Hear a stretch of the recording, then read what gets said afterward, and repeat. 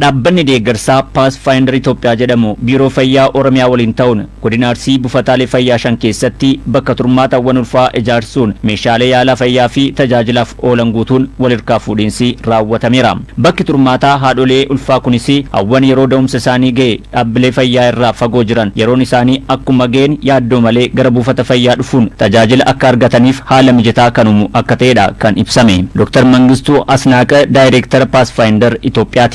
እንደዚህ ያሉ የእናቶች ማቆያ ቦታዎች ዋናውና ትልቁ ጠቀሜታ ምጥ ከመጀመሩ በፊት እናቶች በዚህ የእናቶች መቆያ ቦታዎች ውስጥ በመቆየት ፋይዳን ጉርጉዳን በከቱርማታ ሃዶሊን ጭኒንሱን ኤገሉን ዱራ የሮዳን ገረ ቡፈተ ፈያ ዱፉን የሮ ጭኒንሱን ኢሳን ጀልቀቡ ስርናን ሆርዶፊ ኡጌሰ ፈያ አርጋቹ ፊ ዳኡፍ ዮገር ሆስፒታላ ዴሙ ቀቡ ታኤስ የሮን አካዴማኒ ፊ ኤርገዳኒ ቦዳስ ሆርዶፊ ደኡምሰ ቦዳ ገሃ አርጋቹን ገረመነ ኢሳኒቲ ነጋን አከገለኒፍ ሃለካን ሚጀሱዳ ዳብሌን ደገርሳ ጉድኔ في كويكا جدمن بوفتالي فيا شنيف بجت إجارسا في ميشالي يالي بكا ترماتا كناف رمضو إسانيس دكتور منغستون إيرانيرو እነዚህ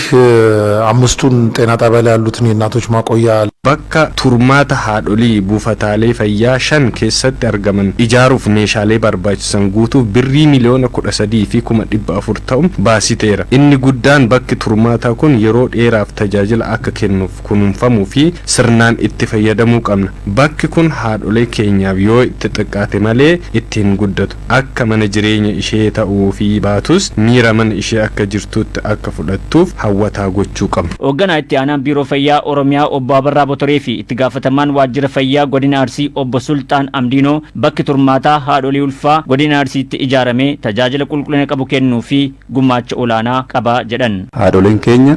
sababa iddoo turmaataa dhabuudhaan yookaan immoo sababa daandii dheeraa gara dhaabbilee fayyaatti yeroo ciniinsuun isaan qabu dhufuudhaaf yeroo sochaanitti du'aatiin isaan irra ga'u xiqqeessuudhaaf iddoon turmaata haadholee kun faayidaa guddaa qaba. Dhaabbanni deeggartootaa kun akkaataa kanaan waliin qindaa'anii waan mul'atu hawaasa keenyaaf boru waan tajaajila kennuu danda'u akkaataa kanaan ijaaranii mootummaadhaaf dabarsuun kun fakkeenyummaa guddaadha. Dubartoonni keenya yeroo baay'ee jechuudha baadiyyaa jiranii fageenya irra yeroo jiraatan yeroo ciniinsuu isaanii jechuudha osoo naannoo dhaabbata fayyaa hin deemne karaa irratti yeroo daantu jira yookiin manatti yeroo daantu jira jechuudha. Kanaaf manni kun keessumattuu dubartoonni rakkoo qaban dubartoonni fageenya irra jiran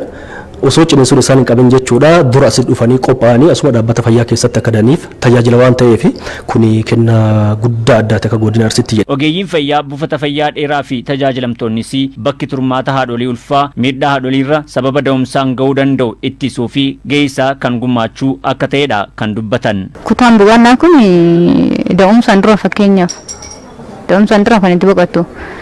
fageenya irraa deemtee dhuftee amma asitti teettee fa'aa cinqamuu hin dandeettu. ማለት በቀና እዚህ በርባጀሳ እሲፍስ ዳይማፍስ ተሱማን ተቴ ጥርፍቴ ዋን ተይ አሲቲ ሞትዩ ጪሱ ስለንዴቲ አከበርባደ ሰቹ ኦፊስ ታዳ ተርገቴትን ከስ በቀና ፍረቹ ዋን ጋሬ ዳይ በኪ ቱርማታ አደ ድራን ስሬ ባየን ቀብኑ ዋን ተፍ ወራ ያቲን ከረመና ከረፊራ ገረ መጋላ ቱራቲ ዴቢ አዋን ጀንፍ አመገሩ ኑመ ብረታኒ ሆርዶፉ እንደንዴ ነዲዮት ጀቹ